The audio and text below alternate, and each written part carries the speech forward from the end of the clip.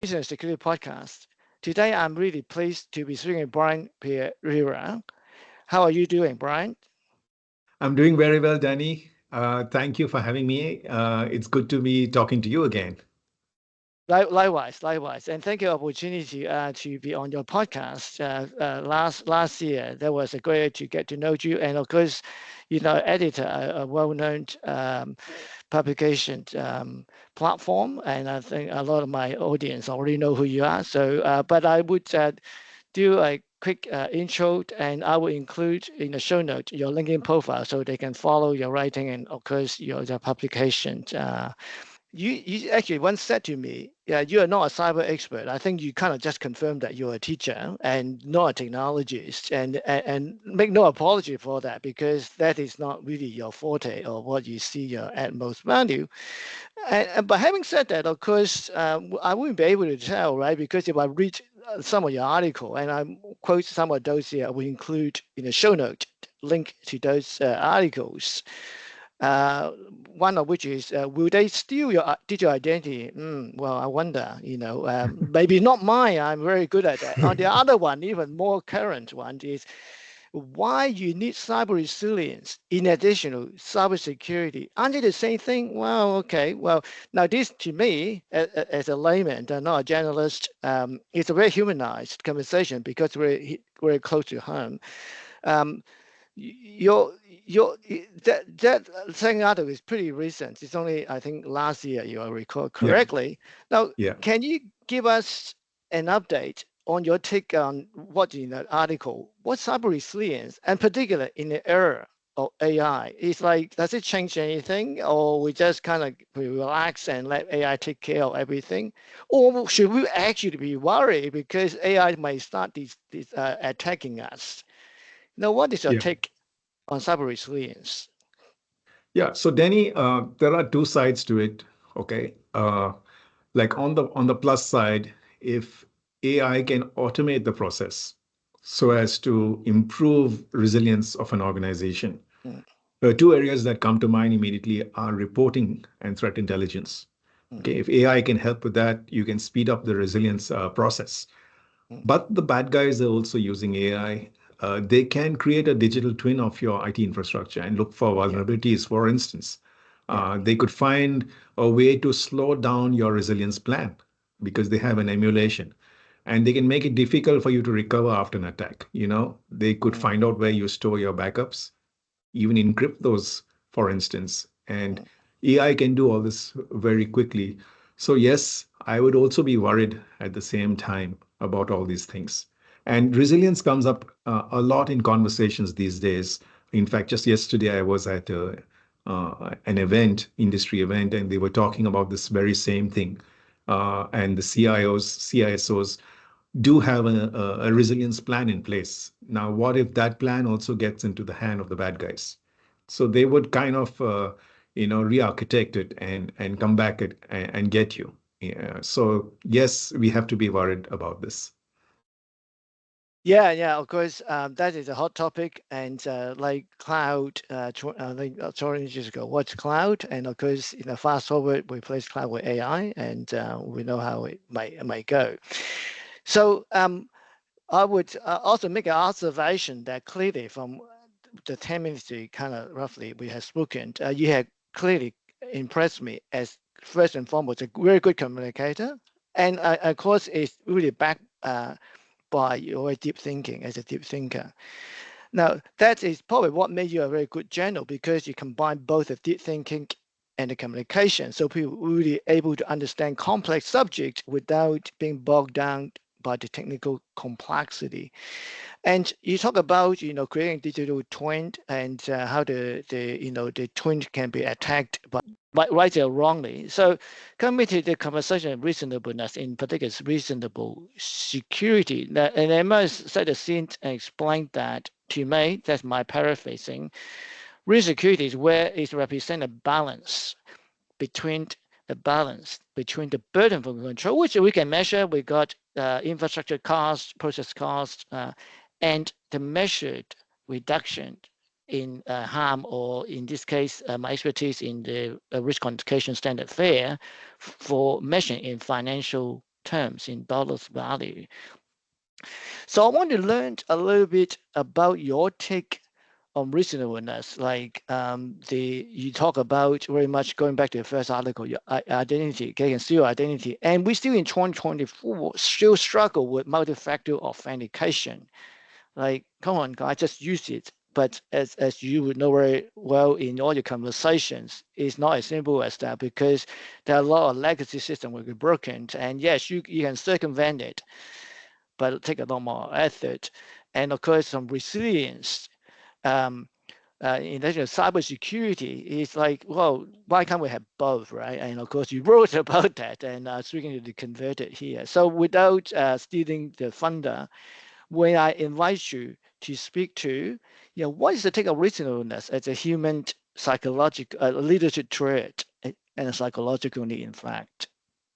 Yeah, it's a good question, Denny, and my take may be a little different from yours, but the way I see it is that reasonable security, first of all, is a term that's very difficult to define. Okay, most regulatory bodies struggle to come up with a definition.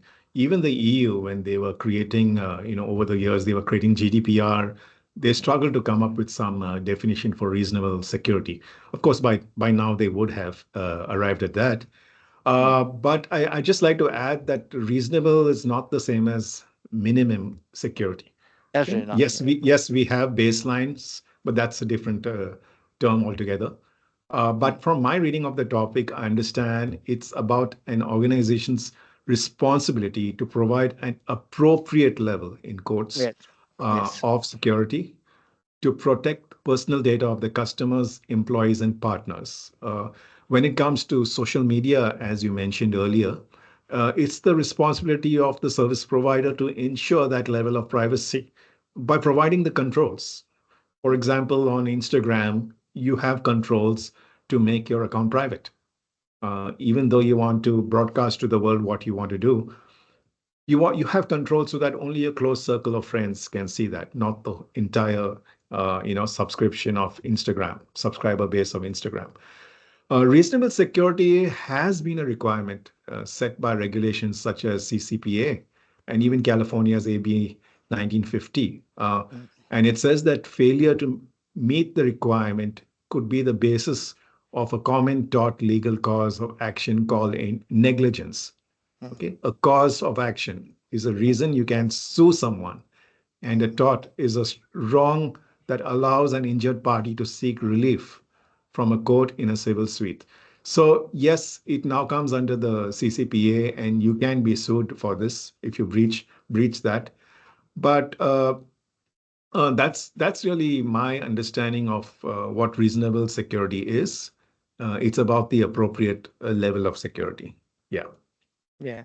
So if I can further that line of thinking, and of course you're a teacher, and of course a journalist, and you spoke to a lot of people, and I'm assuming that this conversation could come up organically in your conversation.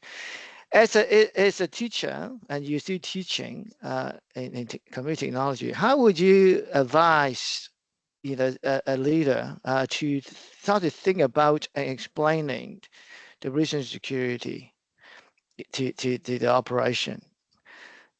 Yeah. Just yeah, Yeah. if you can share that. So, Danny, senior management always wants to see something tangible. They ask for Mm, dashboards, they ask for metrics. Okay, now I've explained to you that it's about providing an appropriate level of security, but that can be mm. very subject. What do you mean by appropriate? How Yes, how how do exactly. you measure? How do you measure that? Okay, you got to have metrics in place for that. Yeah. Mm, mm, So if you would ask me, like, what are the three metrics that I have? Okay, one is, of course, use risk assessments to yeah. demonstrate which controls are reasonable to implement, meaning that you have done your due diligence, you've taken sufficient care to protect your customer data, and also concerned parties against a breach, your partners, your supply chain. You have taken steps to protect them. Okay. Mm, mm, People also talk in terms of risk score, which, as you know, is a two-dimensional thing. It's the impact versus the probability of attack, and you arrive at a risk score, right?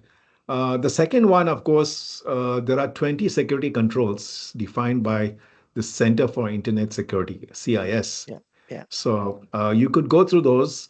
How well do you comply with those? Have you configured your controls? That would again be another metric.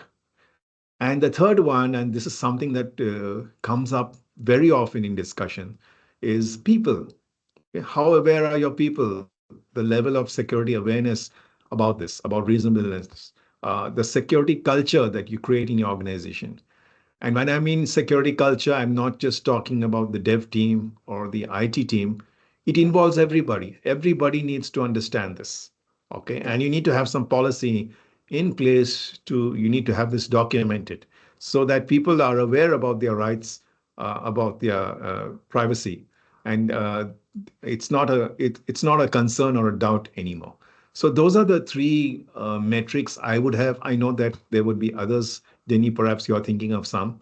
But that's how I would show it and how I would explain it to the senior management or the operations team. No, that's very good advice. So yeah, I would summarize that in the show notes so our audience can revisit and put in context all the article I mentioned and all the experience you had called out. And we are really in a pivotal point. If I can go back to an earlier topic and maybe not the right time, how would AI add value or impact or constraint those three measurements, if that makes sense. If the right time to talk about it, maybe too early. Yeah. So AI is like right now in the very early stages, and people are experimenting with it. But Mm, if you remember, I talked about two things earlier: threat intelligence and reporting, yeah, and also in the documentation. So, for example, you could use if you have a policy with several pages, 100 pages. People are not going to read all that. no, no, The average. You could use AI to just get a summarization of that, yeah, in bullet points, and you could also use AI to some extent to automate. Now, I don't know how many people are using it today. When you do your risk assessment, your vulnerability testing, you got to do all these things, check your controls, but it's still early days for this. And yes, there is certainly potential for using AI to check reasonableness, reasonable security, and we'll continue to watch for developments in this area. And mm. yeah, that's about as much as I know. I haven't spoken to too many people about using AI for reasonableness, Danny. Yeah. No, no, of course, yeah, and I agree with you. AI is a great tool because it's a language, primarily a language model that's enabled by a large language model. So it's emulating a humanized conversation, perhaps not with any true intelligence. It's just echoing what someone else has said and said in a very interesting and convincing manner. But perhaps the conclusion does not necessarily always aligned with human aspirations or humans, empathy, and this where potentially we uh, might get caught. Yeah. So Yeah. I really, yeah, yeah. Go Danny, I ahead. just want to add one more point. Mm, You would have to train your model for reasonable security. yeah. Now, you've heard of things like RAG, Yes. retrieval augmentation Yes. Right. Yeah. system, right? So Yeah. you already have all your documentation in place, your policies in place for reasonableness. You'll have to use that to train your private model. Yes. And then you could apply that model internally, and people could query that model, Yeah. and then it would work exactly. You could also train it to oversee your controls, to do your assessment, and a wide range of things. So it depends on how much how well you train that model, and that's going to take time.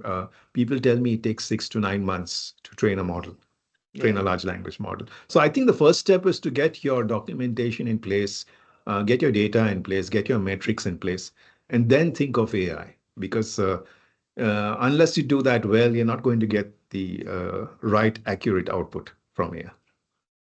I Yeah, completely agree. Yeah, because ultimately, human empathy and understanding has to be underpinning a real way we actually lived in the real world and not just a simulated the evil twins of a physical world. That might look good on movies, but it's not how we want to live. So on that note, I want to close out our conversation. I want to thank you for giving me time and my audience time, your time to walk us through your career background, your exciting journey in